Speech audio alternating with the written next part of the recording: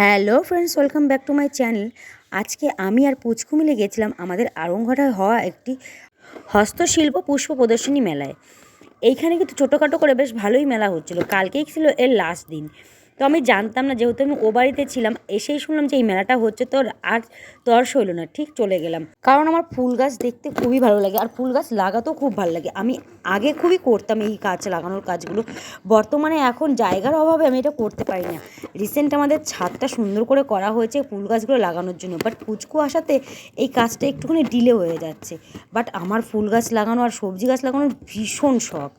তো টুকটাক করে আমরা দেখছিলাম। পুচকুর প্রথম এই এত ফুল একসঙ্গে দেখার এক্সপিরিয়েন্সটা না অসাধারণ। ওনা দেখো চোখই সরাচ্ছে না, কীভাবে ফুল গাছগুলো দেখছে। আমারও খুব ভালো লাগছিলো ওকে নিয়ে যেতে পারে। সাধারণত আমি আর পুচকু বাড়ি থেকে তেমনভাবে বেরোই না, ঘরেই পড়ে থাকি মূল বলতে গেলে। কারণ ওর বাবা যেহেতু বেশি একটা বাড়ি থাকে না, এমন সময় অফিস থেকে আসে, আমাদের সেইভাবে যাওয়াও হয় না। তো আজকে আমাদের দুইজনের মিলে কেন না যেতে ইচ্ছা করলো ভগবানই জানে। বাট এত সুন্দর দৃশ্য, যদি নাই যেতাম সত্যিই মিস করতাম।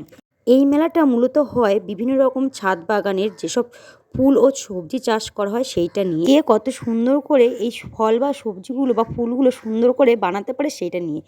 এখানে সবথেকে বেশি ভালো লাগবে দেখে, দেখো কমলালেবু গাছগুলোতে কী সুন্দর কমলালেবু হয়ে রয়েছে, টমেটো গাছে টমেটো, মানে কুমড়ো গাছে কুমড়ো, এত সুন্দর লাগছে। এইটুকু গাছে এত ফল ধরেছে, মানে দেখলে মন প্রাণ জুড়িয়ে যাচ্ছে। এর সঙ্গে আছে কিন্তু বনসাই, বিভিন্ন গাছের বনসাই এখানে তোমরা দেখতে পাবে। কতটা কষ্ট করে যে বনসাইগুলো বানানো হয় তোমরা কিন্তু সবাই জানো। আর এই বনসাই বানানো কিন্তু সবার দ্বারা সম্ভবও না। আর এই বাগান বিলাসগুলো দেখো, এত সুন্দর এই বাগান বিলাসগুলো দেখলেও না মনটা, কী বলবো, ফুল গাছ দেখলে সবারই মন ভালো হয়ে যায়। আমি বারবার মন ভালো হয়ে যায় মন ভালো হয়ে যায় কথা বলছি।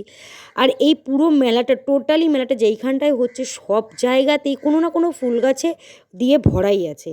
আর প্রত্যেকটা ফুল গাছে কার তৈরি করে সেই নামটাও দেওয়া আছে। আর এইখানে দেখো এইটা যে কে করেছে তারও নাম দেওয়া আছে।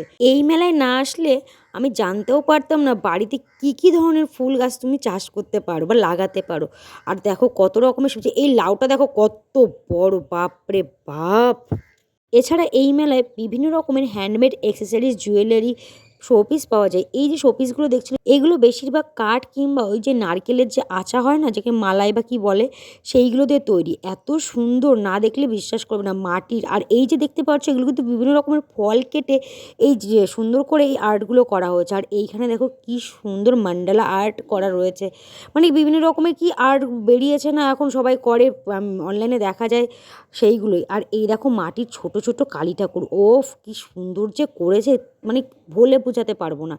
তারপরে রয়েছে গোপালের জামা, উলের জামা। আর এইখানে দেখো কত সুন্দর অ্যাক্সেসরিজগুলো ছোট ছোট বাচ্চা মেয়েরা নিজেরা এখানে বসে বসে তৈরি করছে। আর বললাম না, ব্যাগস আছে, জুয়েলারি আছে, এইগুলো কিন্তু সব টোটালি ক্লে দিয়ে তৈরি করা। আর যে করেছে যে কিন্তু সত্যি আগে পরেও ওর কাছ থেকে আমি জিনিস নিয়েছি। আর এখানে দেখো কেকস বানানো নিয়ে আছে, প্রচুর জুয়েলারির দোকান আছে। আর এই দেখো বলেছিলাম না, শান্তিনিকেতন টাইপের কুর্তি পাওয়া যায়, ওয়ান পিস পাওয়া যায়। ওয়ান পিস বললে হবে না, বিভিন্ন রকমের কুর্তি, পাঞ্জাবি, হাফ কোটগুলো পাওয়া যায়। এই ধরনের জুয়েলারিগুলো সত্যি আমি জানি না কি জুয়েলারি, বাট খুব সুন্দর। এইখানে আমি আর পুচকু দাঁড়িয়ে দাঁড়িয়ে গান শুনছিলাম। আর পুচকু দেখো কোলের মধ্যে বসেই নাচছে। ওই দেখো নাচে, আর কি ভাব। একে এইভাবে কোলে নিয়ে যে কোথাও যাওয়া যে কী দুষ্কর, আর কোলেও কোনো রকমভাবে থাকতে চায় না। একবার উপরের দিকে, একবার নিচের দিকে, একবার ডান পাশ বাঁ পাশ এই করে। আর এখানে কিন্তু প্রতি বছরই অনুষ্ঠান হয়ই। যাওয়ার পথে দেখলাম এই জুয়েলারিগুলো কী করে মেড করে সেটা বেশ অনেকক্ষণ দাঁড়িয়ে দেখলাম। বাট সবটুকু কী সুন্দর ওয়্যারগুলো দিয়ে এত সুন্দর সুন্দর জুয়েলারিগুলো মেড করলো। মানে সিম্পল একটা ওয়্যার দিয়েও যে এত সুন্দর জুয়েলারি মেড করা যায়, এখানে না দাঁড়িয়ে থাকলে হয়তো জানতে পারতাম না। সত্যিই খুব ভালো লাগলো। আমি কিন্তু টুকটাক করে জুয়েলারি তৈরি করি, বাট এইটা কিন্তু আমার কাছে একটু ইউনিক ছিল। অনেক দিন এই বিষয়গুলো থেকে একটু আলাদা তো।